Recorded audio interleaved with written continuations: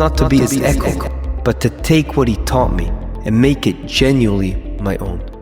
Welcome to Prism of Torah with Rebbe Saf Aaron Prisman, engaging Divrei Torah, packed with stories and practical insights. Find us wherever you get your podcasts or at prismoftorah.org. Shalom Uvracha. In this week's Parshas Toldos, we know based on the Gemara that both Yitzchak and Rivka were barren, and hence they each went to a different corner of the room and davened that Hashem will grant them children. Rashi points out, based on the Gemara, that HaKadosh Baruch Hu answered their prayers in the merit of Yitzchak. As it says, Vayaser loi, and Hashem answered to his prayer, indicating that there's something more elite about Yitzchak's prayer than Rivka. And so the Gemara goes on to explain, what is that idea? Why was Yitzchak's prayer from a certain perspective on a higher level than Rivka's prayer? We know both of them were tzaddikim. And the Gemara says, because you cannot compare a davening of a person that's a tzaddik ben tzaddik, not only he's a tzaddik, but also the father was a tzaddik, as opposed to Rivka, who was a tzaddikis, but her father was a rasha, was a wicked person. And the question begs itself, Hare, we have numerous chazals that we know that if a person became a tzaddik despite the fact that he was raised in an environment of wicked people, that's an unbelievable level. The Gemara in Brachos says, "B'makom shebalei tshuva omdim," someone that returned back to Hashem despite the fact he had an upbringing of rishonim, they reach such a high level. Even tzaddikim gmulim cannot reach that level. And even if you would answer me, there's a difference. It's true that in reward and from other aspects, a tzaddik ben rasha, a person that was a bal tshuva and became very stark and spiritually uplifted himself, yes, of course that's a higher level when it comes to reward. However, there's something unique about the spiritual DNA of how tefillah works, and a prayer has more of an impact if you're a tzaddik ben tzaddik. And there are those that answer this question this way. However, it's difficult from a Tur. There's a tool in Siman Nun Gimel and Or Chaim that says that when you have a tzibur, people coming to daven, there is an idea of a preference of taking to be a shlich tzibur. The chazan should be, person that leads the service, the davening, should be someone that was able to become a righteous person, a tzaddik, despite the fact coming from a background that wasn't so good. So you see that there is an inyan in tefillah itself, and the Iyun Yaakov asks this question. And I would like to suggest the following answer based on the Michtav Me'Eliyahu. The Michtav Me'Eliyahu, Rav Eliyahu Dessler Zatzal, says an unbelievable mahalach. And he bases it on the Gemara in Yuma. Yuma Daf Kaf Tes Amud Aleph says, Kashe atika mechadeta, which literally translates that when, and based on Rashi over there, that when a person learns something that he already knew a long time ago, it's more difficult to learn it properly as opposed to when you're learning something new. Says the Michtav Me'Eliyahu, I'll explain to you the deepness of this idea. When you're going to something new, and it's not limited to learning, anything new you start realizing or you start learning, then you realize you know nothing. You realize you have to get to the depth of the topic. And you have to understand what is the inner idea over here. And from there, you can grow outwards. And therefore, you really acquired this topic. And that's what you do when you see something new. However, if it's something old that you learned a long time ago, you don't really remember it, you learn it again, you kind of think you already know it. So you're not really going to go into the depth of the idea. You are not going to get that inner drive of understanding what's really the depthness of this topic. And hence, it's not going to be part of you in the same way. What does this have to do with us? It has everything to do with us. Because it's true. Rivka was a tzaddik ben rasha. She started everything from new. And she had the unbelievable pnimius of Yiddishkeit, of spirituality. She connected to HaKadosh Baruch Hu. She realized that HaKadosh Baruch Hu is running the world, and the world has a purpose. Like we always quote the Mesilas Yesharim, HaKadosh Baruch Hu created the world for us to be able to perform mitzvahs and try to mimic HaKadosh Baruch Hu's midot, etc., etc. She came to that realization on her own. Wow, that's unbelievable. She had she connected to the depth of what life is all about on her own. And that is why she connected to the depth on her own, because no one gave her the red carpet of understanding, or even she had no one to mimic to do the right thing. So she had to start everything from scratch. And that's an unbelievable level. And usually it's true. Something new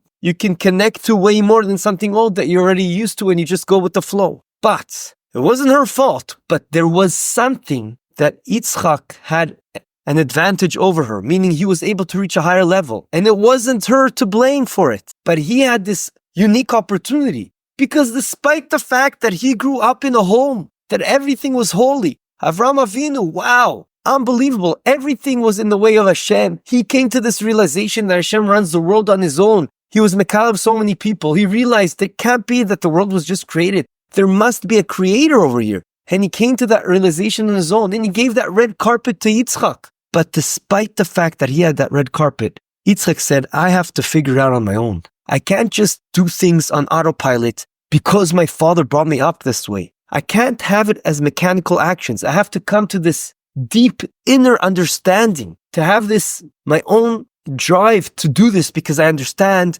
what life is all about. And that realization, I have to come on my own. I have to make that acquisition on my own, that kinyan on my own. And he was able to do that. And that's way harder because even though it was something that was old, he made it as if it was new because he says, I'm going to restart the whole thing so I can connect it properly. Wow. That's an unbelievable level that Rivka was not able to she didn't even get the chance to reach that level because the reality Hashem put her in this world was to someone that knew nothing, someone that was a wicked person. So for her, it was obviously something new. So it's more natural to connect to something new as opposed to Yitzchak that had to go out of his comfort zone and just take that red carpet that Avraham Avinu set for him and find his own path to Avodas Hashem. And you know what the proof to that is? The proof to that is that Avram gave him the red carpet in Avodas Hashem, but we know Avodas Hashem of Avram was uniquely tailor-made for Chesed, as opposed to Yitzchak. That wasn't his Avodas Hashem. It was tailor-made to fit Gvura, which is the different Mahalach, and he realized that, and he connected to HaKadosh Baruch Hu, and he realized that was his Avodah, and that is the job we all have to do. We have to reconnect on our own, and not just go with the flow the way we were brought up. If we were Zoiche, we merited to be being brought up in a proper way, but we have to find our own way. And even if our way is the same as our parents' way, we have to come to that conclusion on our own. And then we have a real kesher, a real bond with realizing what life is all about and having the true pnimius. And then the ripple effect is that every action that we do, every mitzvah, every act of chesed, every time we learn Torah, it's coming from a way higher place because we have that inner drive, because in our neshama, we connect to the idea that Kadosh Baruch Hu created the world for a reason, and we tap into that. And hence, Yitzchak's level of prayer was even on a higher level. It's true, usually, tzaddik ben Rasha, wow, that's unbelievable, and it is unbelievable. However, a tzaddik ben tzaddik that was able to find his own way and reconnect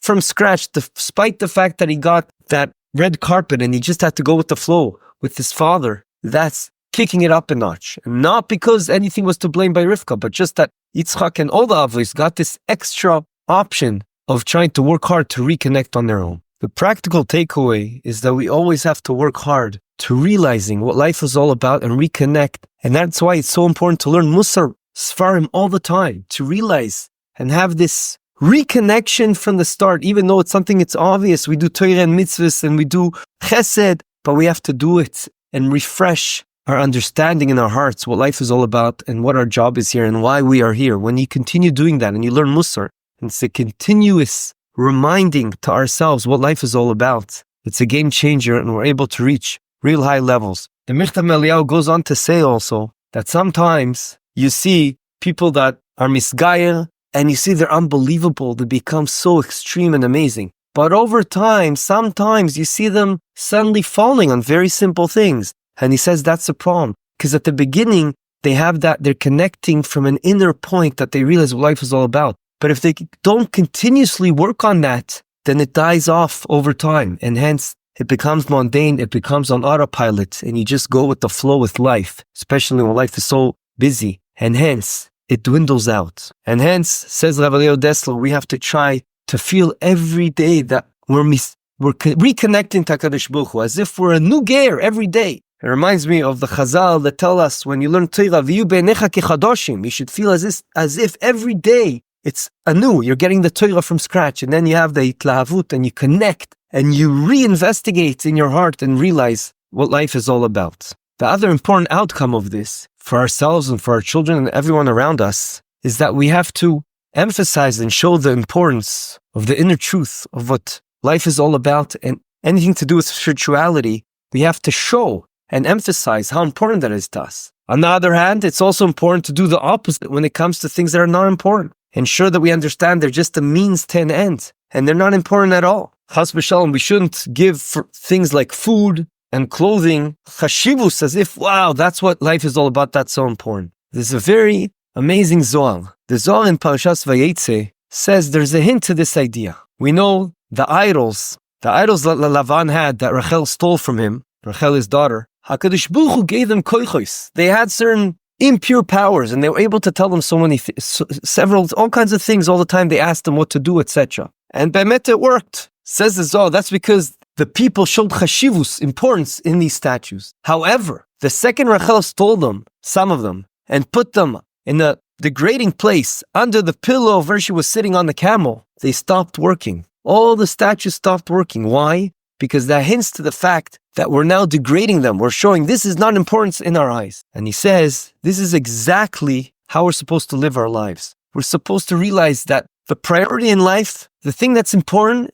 is all the spiritual things, that the reason we came to this world. And everything else, we have to degrade it, especially extreme negative things such as Avodas Hashem. And that's why to mock Avodas Hashem, you're allowed to do. Even though leitzanus, mocking something and laughing at things, is a very bad thing. But on Avodas Hashem, because it's the worst thing one could do, that's allowed. Because we have to straight away show this has no shaykhis to us. Yiratzon, that will be zoiche, to be focused in life, realizing what it's all about, and live life day by day through learning Musar and giving several minutes of the day to think what life is all about and reconnect to the idea that Hashem's running the world and why Hashem placed us here as something new that we just learned and not as something old that we're just used to doing. I would like to end off with the story that this story actually represents many stories like this. Example is the way the stipler brought up his son Reb Chaim Kanievsky. He realized that his avoida is different than his son's avoida. He was learning in a certain way,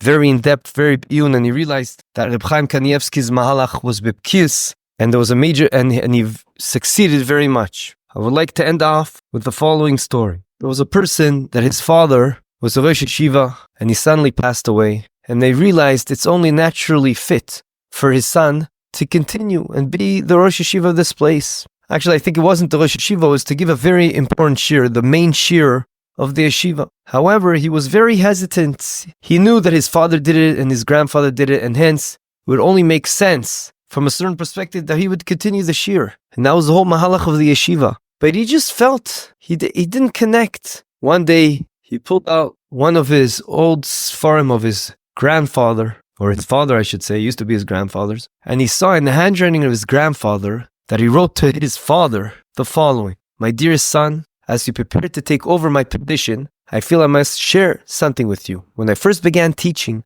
I tried desperately to recreate my own father's shiurim, exactly as he gave them. It took me years to realize that the greatest tribute I could pay him was not to be his echo, but to take what he taught me and make it genuinely my own. Only then did I truly begin to reach my talmidim.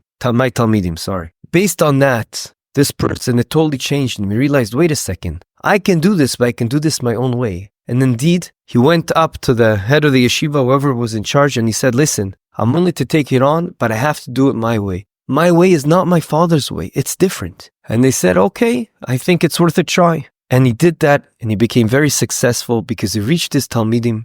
And we know that that's the way a person has to connect to himself, and through his inner point, his special midot, his special characteristics, his special tools that HaKadosh Baruch Hu gave him, through that, he has to reconnect to HaKadosh Baruch Hu. And even though he's given the red carpet, and even though he can just go with the flow and be a good person, be a good yid, still, our avoida is to connect with the tools that Hashem gave us, to HaKadosh Baruch Hu. This way, even something that was old, we can make it as if it's new and have a special connection in the most inner place in our hearts that will ensure we have this self-drive to live life and even be mashpia on others the way Hashem wants us to, in our own unique way. Have a good Shabbos. This concludes another episode of the Prism of Torah. Thank you for tuning in today. We hope you enjoyed it and learned something valuable. If you did, please subscribe to the podcast and give a 5-star rating. You can also find this podcast wherever you get your podcasts, or our own website, prismoftorah.com, where we have a full archive of all our past episodes. We would like to thank Yona Vefa for the recording equipment and Ellie Podcast Productions for handling all our post-podcast productions. Join us next week for another enlightening conversation on the Prism of Torah.